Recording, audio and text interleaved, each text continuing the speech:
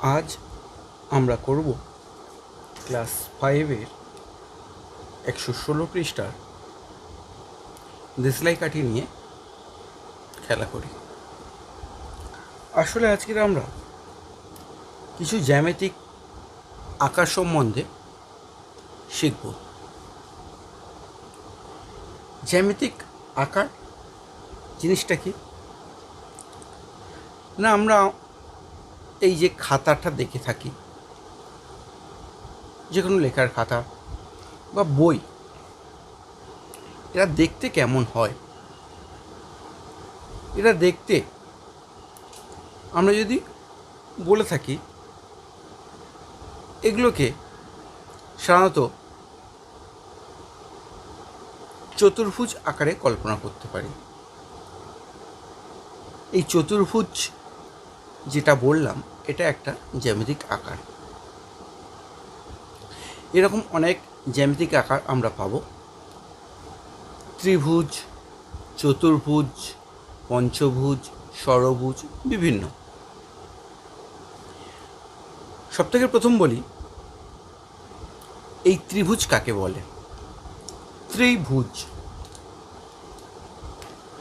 প্রথমে আসছি ত্রিভুজ।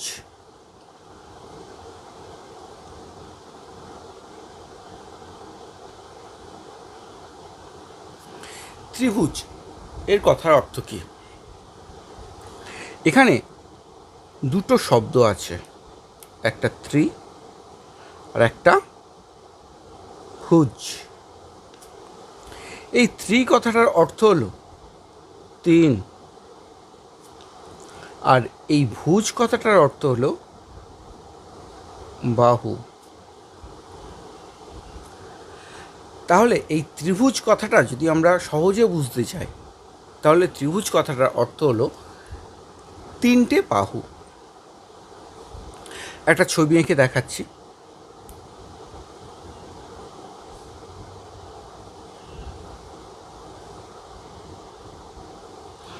এই যে জ্যামিতিক আকারটা আঁকলাম আমরা, লক্ষ্য করলে দেখা যাবে এই একটা সরলরেখা, এই একটা সরলরেখা আর এই একটা সরলরেখা দ্বারা এই আকারটা সীমাবদ্ধ, মানে চারিদিক থেকে ঘেরা আছে।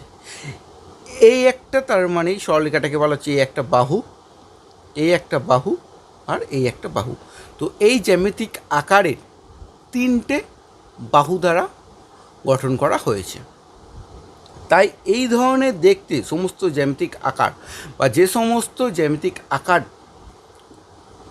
গঠনের জন্য তিনটে বাহু দরকার হয়, তাকে আমরা ত্রিভুজ বলব। এরপরে আসি চতুর্ভুজ। চতুর্ভুজ কাকে বলে? আমরা সহজেই বুঝতে পারবো, চতুর্ভুজ মানে চারটি বাহু। চতুর্ভুজ চারটি বাহু দ্বারা সীমাবদ্ধ ক্ষেত্রকে, সেটা অবশ্যই সমতলিক হবে। তো চারটি দ্বারা সীমাবদ্ধ সমতলিক ক্ষেত্রকে আমরা বলবো চতুর্ভুজ। তো চতুর্ভুজ দেখতে কেমন হয়? চতুর্ভুজ দেখতে হয়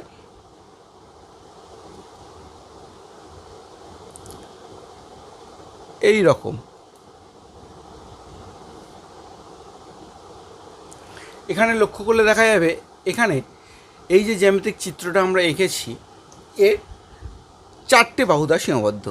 এই একটা বাহু, এই একটা বাহু, এই একটা বাহু আর এই একটা বাহু।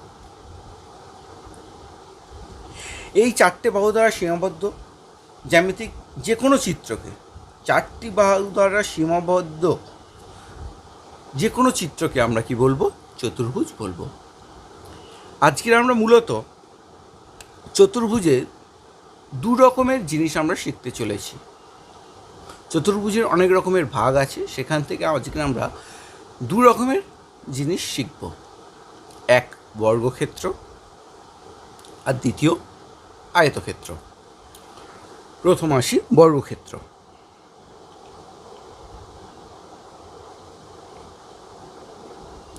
বর্গক্ষেত্র বর্গক্ষেত্র জিনিসটা কি না, বর্গক্ষেত্র একটা চতুর্ভুজ, তার মানে চারটে বাহু দ্বারা এটা সীমাবদ্ধ। আর আয়তক্ষেত্রও একটা চতুর্ভুজ।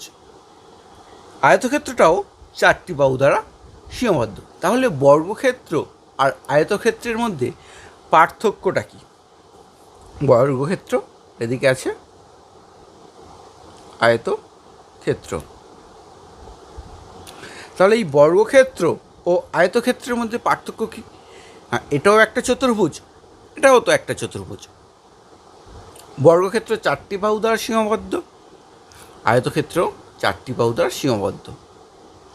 এবারে বর্গক্ষেত্র আর আয়তক্ষেত্রের মধ্যে যে মূল পার্থক্যটা হলো, বর্গক্ষেত্র গঠন করতে গেলে যে বাহুগুলো লাগবে সেই বাহুগুলোর প্রত্যেকটা দৈর্ঘ্য সমান হবে।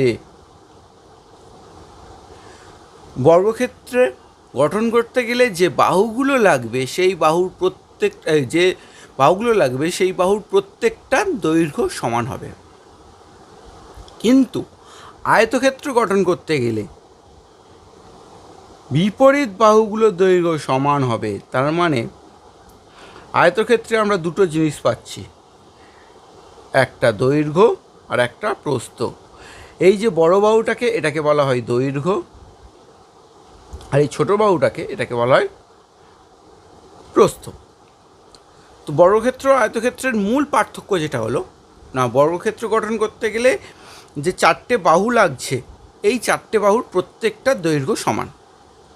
আর আয়তক্ষেত্র গঠন করতে গেলে যে 4টে বাহু লাগছে তার মধ্যে বিপরীত, মানে এইটার বিপরীত এই বাহুটার বিপরীত, মানে উল্টো দিকে আছে এই বাহুটা, এদের দৈর্ঘ্য সমান। আবার এই বাহুটার উল্টো দিকে বিপরীত দিকে আছে এই বাহুটা, এদের দৈর্ঘ্য সমান। তো আয়তক্ষেত্রের বিপরীত বাহুগুলোর দৈর্ঘ্য সমান হয়, আর বর্গক্ষেত্রে 4টে বাহুর দৈর্ঘ্য সমান হয়। তো আজকের আমরা যেটা শিখতে চলেছি সেটা বর্গক্ষেত্রের পরিসীমা, বর্গক্ষেত্রের ক্ষেত্রফল, আয়তক্ষেত্রের পরিসীমা, আয়তক্ষেত্রের ক্ষেত্রফল সম্বন্ধে ধারণা। তো প্রথম বর্গক্ষেত্রকে আরেকটু ভালো করে বোঝানোর জন্য বলি, তোমরা 4টে দেশলাই কাঠি নেবে, 4টে দেশলাই কাঠিকে এইভাবে রেখে যে চিত্রটা গঠন করবে সেটাই হবে বর্গক্ষেত্র। 4টে দেশলাই কাঠি নিয়ে আমরা একটা বর্গক্ষেত্র গঠন করতে পারি। এবারে তোমরা যদি 6টা দেশলাই কাঠি নাও তাহলে কি বর্গক্ষেত্র গঠন করা যাবে? 6টা দেশলাই কাঠিতে বর্গক্ষেত্র গঠন করা যাবে না। 6টা দেশলাই কাঠি নিলে আমাদের আয়তক্ষেত্র গঠন করতে পারবো। দেখে নাও, এই একটা দুটো দেশলাই কাঠি দিয়ে দিলাম, এখানে একটা দেশলাই কাঠি দিলাম, এখানে একটা দিলাম, এখানে একটা দিলাম, আর এখানে একটা দিয়ে দিলাম। তো 6টা দেশলাই কাঠি নিয়ে আমরা কি গঠন করলাম? আয়তক্ষেত্র। কেন? এদিকে একটা দেশলাই কাঠি আছে, এদিকে একটা দেশলাই কাঠি আছে, মানে একটা দেশলাই কাঠির উল্টো দিকে একটা দেশলাই কাঠি আছে, তার মানে এদের দৈর্ঘ্য মাপটা সমান হচ্ছে। আবার এদিকে দুটো আছে আর এদিকে দুটো আছে, মানে দুটোর উল্টো দিকে দুটো আছে। তাহলে এইটার ক্ষেত্রে এদিকে একটা এদিকে একটা, আর এদিকে দুটো এদিকে দুটো, এটা কি হয়ে গেল? আয়তক্ষেত্র। কেন? এর বিপরীত বাহুগুলোর দৈর্ঘ্য সমান, সব কটা বাহুর দৈর্ঘ্য সমান হচ্ছে না। কিন্তু যখন 4টে নিয়ে দেশলাই কাঠি নিয়ে আমরা একটা চতুর্ভুজ গঠন করব, সেটা কি হয়ে যাচ্ছে? না আয়তক্ষেত্র। কারণ প্রত্যেকটা দেশলাই কাঠির দৈর্ঘ্য সমান আছে, তো প্রত্যেকটা বাহুর দৈর্ঘ্য সমান হয়ে গেল। তো 4টে দেশলাই কাঠি নিয়ে আমরা যেটা গঠন করবো সেটাই হবে বর্গক্ষেত্র। আর 6টা নিয়ে যদি আমরা দেশলাই কাঠি নিয়ে যদি একটা চতুর্ভুজ গঠন করি সেটা হয়ে যাবে আয়তক্ষেত্র। এবারে আসি পরিসীমা জিনিসটা কি। বর্গক্ষেত্র বা আয়তক্ষেত্রের পরিসীমা জিনিসটা একই জিনিস। প্রথমে বলি পরিসীমা, তারপরে আসবো ক্ষেত্রফল। পরিসীমা জিনিসটা কি? পরিসীমা মানে চারিদিকের যে সীমাটা আছে সেটাই পরিসীমা বলা হয়। ধরো তোমাদের এটা একটা বর্গক্ষেত্রাকার মাঠ, তোমাদের এটা একটা মাঠ আছে, মাঠে তোমরা বাগান চাষ করবে। এবারে মাঠে বিভিন্ন গরু ছাগল এরা যখন বাগান চাষ করবে তখন কী হবে? এই বাগানের গাছগুলোকে খেয়ে যেতে পারে। তুমি ঠিক করলে কি বাগানের চারিদিকে কাঁটা তার দিয়ে ঘিরে দেবে। তাহলে তোমাকে দোকানে গিয়ে কতটা কাঁটা তার নিয়ে আসতে হবে? তাহলে এখান থেকে তুমি যদি শুরু করো ঘিরতে, এইখান থেকে এনে এখানে আসতে হবে, এখান থেকে ফের এদিকে যেতে হবে, এইখান থেকে ফের এদিকে যেতে হবে, ফের এখান থেকে এখানে এসে তার দেওয়া শেষ হবে। তো এই যতটা পরিমাণ তার তোমাকে কিনতে হবে সেটাই ওই মাঠটার দৈর্ঘ্য। ফের বলছি, এই দেশলাই কাঠি 4টে দিয়ে আমরা একটা বর্গক্ষেত্র গঠন করেছি। তো 4টে দেশলাই কাঠিকে জুড়লে যেটা পাওয়া যাবে, একটা দেশলাই কাঠি, দুটো, তিনটে, চারটে। এই যে 4টে দেশলাই কাঠি জুড়ে আমরা এই যে দৈর্ঘ্যটা পেয়েছি, এটাই হলো এই বর্গক্ষেত্রের পরিসীমা। তাহলে এইটা যদি একটা মাঠ হতো, এর চারদিকে এই রকম কাঁটা তার দিয়ে ঘিরতে যে পরিমাণ কাঁটা তার কিনতে হয়, মানে এই পরিমাণ, এই দৈর্ঘ্যের কাঁটা তার কিনলে আমরা এইটা সহজেই চারিদিকটা ঘিরে ফেলতে পারবো। তো এই দৈর্ঘ্যটা হলো এই বর্গক্ষেত্রের পরিসীমা। একই রকমভাবে এই আয়তক্ষেত্রের পরিসীমা কী হবে না, এই আয়তক্ষেত্রটাকে ঘিরতে প্রথমে এখান থেকে এইটুকু ঘিরতে হবে, তারপরে এখান থেকে এইটুকু, তারপরে এখান থেকে এইটুকু, তারপরে এখান থেকে এইটুকু। তাহলে এইটা যদি আরেকজনের জমি হয়, সে এই জমিটাকে ঘিরতে যতটা পরিমাণ কাঁটা তার নিয়ে আসবে সেটাই হবে এই জমিটা বা আয়তক্ষেত্রের পরিসীমা। তো এই জমিটা ঘিরতে তাহলে কতগুলো কাঁটা দেশলাই কাঠি লাগছে না, একটা, দুটো, তিনটে, চারটে, পাঁচটা, ছটা। এই যে 6টা দেশলাই কাঠি সোজা করে দিলে যে দৈর্ঘ্যটা হচ্ছে, এটাই হলো এই আয়তক্ষেত্রের পরিসীমা। তো পরিসীমা জিনিসটা কি, মানে চারিদিকের যে গোটা মোট দৈর্ঘ্যটা হচ্ছে, চারিদিকের যে মোট দৈর্ঘ্যটা হচ্ছে সেটাই হলো পরিসীমা। যে কোনো জ্যামিতিক চিত্রের পরিসীমা মানে চারিদিকের যে দৈর্ঘ্যটা, সেটা বর্গক্ষেত্র হতে পারে, সেটা আয়তক্ষেত্র হতে পারে, সেটা সামান্তরিক হতে পারে, যে কোনো তার চারিদিকে মোট যে সীমাটা সেটাই হলো পরিসীমা। এখানে বর্গক্ষেত্রের পরিসীমাটা তাহলে কী হচ্ছে না, এইটা যোগ এইটা যোগ এইটা যোগ এইটা। আর আয়তক্ষেত্রের পরিসীমা কী হচ্ছে, এইটা যোগ এইটা যোগ এইটা যোগ এইটা যোগ এইটা যোগ এইটা। তাহলে এবারে আসি পরিসীমা আমরা কিভাবে বের করব। এটা একটা বর্গক্ষেত্র, ধরে নিচ্ছি এইটার যা দৈর্ঘ্য, আমি বলেছি বর্গক্ষেত্রের কী হচ্ছে, প্রত্যেকটা বাহুর দৈর্ঘ্য সমান হচ্ছে। এই বাহুটার যা দৈর্ঘ্য, এই বাহুটার সেই একই দৈর্ঘ্য, এই বাহুটারও সেম একই দৈর্ঘ্য, এই বাহুটারও সেম একই দৈর্ঘ্য। তাহলে বর্গক্ষেত্রের পরিসীমা বের করতে গেলে এই বাহুটা যোগ এই বাহুটা, তার সঙ্গে এই বাহুটার দৈর্ঘ্য যোগ এই বাহুটার দৈর্ঘ্য করতে হবে। তো বর্গক্ষেত্রের পরিসীমা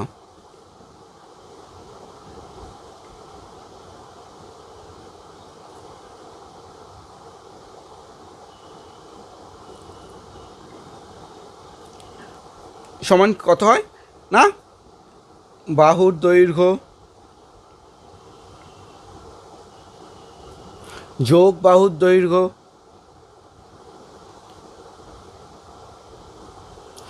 যোগ বাহুর দৈর্ঘ্য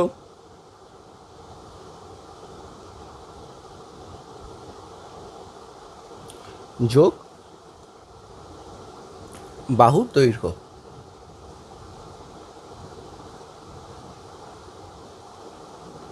আমি যদি বলি এইটা প্রথম বাহুর দৈর্ঘ্য, এটা দ্বিতীয় বাহুর দৈর্ঘ্য, এটা তৃতীয় বাহুর দৈর্ঘ্য, এটা চতুর্থ বাহুর দৈর্ঘ্য, আর প্রথম বাহু হোক, দ্বিতীয় বাহু হোক, তৃতীয় বাহু হোক, চতুর্থ বাহু হোক, প্রত্যেকটা বাহুর দৈর্ঘ্য তো সমান। বর্গক্ষেত্রের ক্ষেত্রে প্রত্যেকটা বাহুর দৈর্ঘ্য সমান, তাহলে প্রত্যেকটা বাহুর দৈর্ঘ্য সমান হবে। তাহলে মোট কতগুলো বাহুর দৈর্ঘ্য যোগ হচ্ছে না, 4টে বাহুর দৈর্ঘ্য যোগ হচ্ছে। তাহলে 4 গুণ বাহুর দৈর্ঘ্য। তো বর্গক্ষেত্রের পরিসীমার সূত্র কি হচ্ছে না, কীভাবে বের করব না, 4 গুণ বাহুর দৈর্ঘ্য। এবারে আয়তক্ষেত্রের পরিসীমা।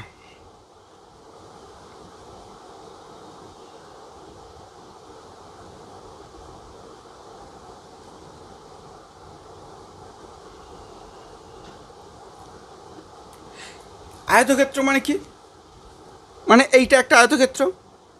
এই আয়তক্ষেত্রের ক্ষেত্রে এইটা কি হচ্ছে না, দৈর্ঘ্য, বড় বাহুটাকে বলা হয় দৈর্ঘ্য, ছোট বাহুটাকে বলা হয় প্রস্থ। তো আয়তক্ষেত্রের ক্ষেত্রে আমি বলেছি দুটো দৈর্ঘ্য সমান হয়, দুটো প্রস্থ বিপরীত দিকে সমান হয়। তো আয়তক্ষেত্রের পরিসীমা বের করতে গেলে এই বাহুটা যোগ করতে হবে, মানে দৈর্ঘ্যটা, তার সঙ্গে এই বাহুটা যোগ করতে হবে প্রস্থটা, যোগ তার সঙ্গে এই বাহুটা করতে হবে ফের দৈর্ঘ্য, তার সঙ্গে এই বাহুটা যোগ করতে হবে, মানে আর একটা প্রস্থ। তো আয়তক্ষেত্রের পরিসীমা বের করতে গেলে কী হবে, দৈর্ঘ্য যোগ প্রস্থ যোগ ফের দৈর্ঘ্য যোগ আর একটা প্রস্থ। তাহলে কতগুলো দৈর্ঘ্য যোগ হচ্ছে, এই একটা দৈর্ঘ্য, এই একটা দৈর্ঘ্য, তাহলে দুটো দৈর্ঘ্য, 2 গুণ দৈর্ঘ্য যোগ কি হচ্ছে না, দুটো প্রস্থ, 2 গুণ প্রস্থ। তো দুটোর সঙ্গে 2 গুণ আছে, তো 2টা বাড়িয়ে করে নিলে আমরা 2 গুণ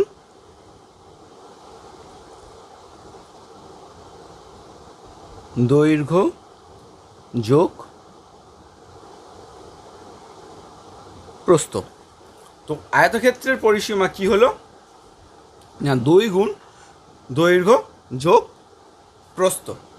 এটা গেল আয়তক্ষেত্রের পরিসীমা। কেননা আয়তক্ষেত্রের পরিসীমা বার করতে গেলে এই বাহুটা মানে দৈর্ঘ্য যোগ এই বাহুটা মানে প্রস্থ যোগ এই বাহুটা মানে দৈর্ঘ্য ফের যোগ এই বাহুটা ফের প্রস্থ। তাহলে দুটো দৈর্ঘ্য যোগ দুটো প্রস্থ, বা দুটো দৈর্ঘ্য দুটো প্রস্থ থেকে দুজনের মধ্যেই আছে গুণ আকারে, দুইটাকে বাইরে করে নিয়েছি। তাহলে কি হয়ে গেল, 2 গুণ দৈর্ঘ্য যোগ প্রস্থ। এটাই আয়তক্ষেত্রের পরিসীমা বের করার সূত্র। এবারে আমরা আসি ক্ষেত্রফল। ক্ষেত্রফল জিনিসটা কি,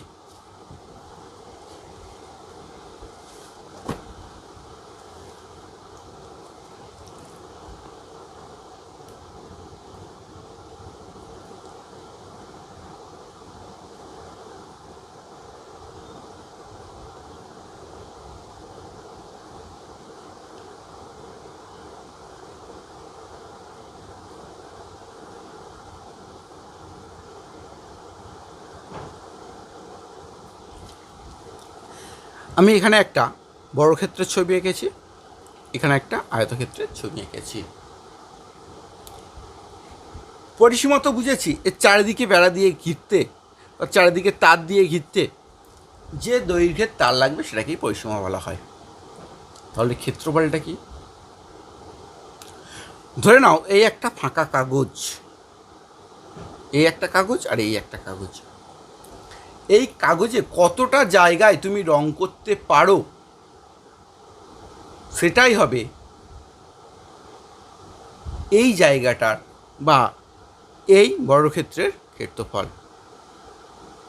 তোমার ক্ষেত্রফল মানে কি, এই একটা কাগজ এর যদি পুরোটা রং করি তাহলে এই রকম পুরোটা আমরা রং করে দেবো।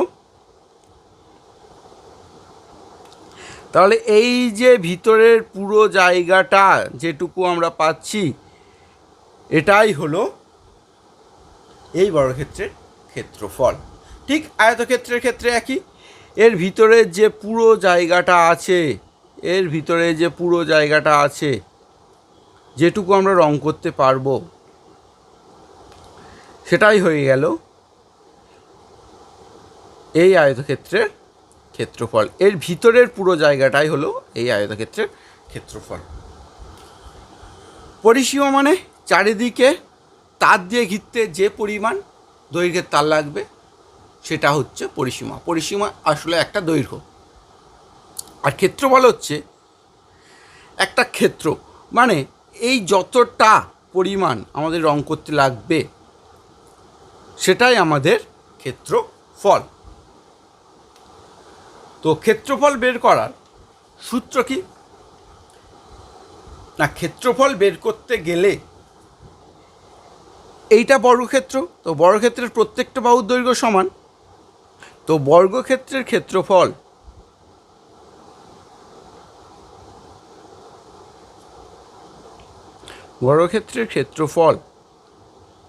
সমান দুটো বাহুর গুণ। যেহেতু প্রত্যেকটা বাহুর দৈর্ঘ্য সমান, তাহলে বর্গক্ষেত্রের ক্ষেত্রফল হবে বাহু গুণ বাহু। তো দুটো একই জিনিস গুণ করলে সেটা একটার মাথায় স্কোয়ার হয়ে যায়। দুটো যদি বাহু গুণ করি সেটাকে আমরা লিখতে পারি বাহুর স্কোয়ার। তার মানে বর্গক্ষেত্রের ক্ষেত্রফল হলো বাহু গুণ বাহু সমান বাহু স্কোয়ার। এই স্কোয়ার জিনিসটা কি? স্কোয়ার জিনিসটা হলো দুটো একই জিনিসের গুণ। তোমরা এইটা ধরেই করবে, দুটো বাহুর গুণ, বাহু গুণ বাহু। আর আয়তক্ষেত্রের ক্ষেত্রফল কি না, আয়তক্ষেত্রের ক্ষেত্রফল সমান দৈর্ঘ্য, আয়তক্ষেত্রের দুটো আছে দৈর্ঘ্য আর প্রস্থ, তাহলে দৈর্ঘ্য গুণ প্রস্থ।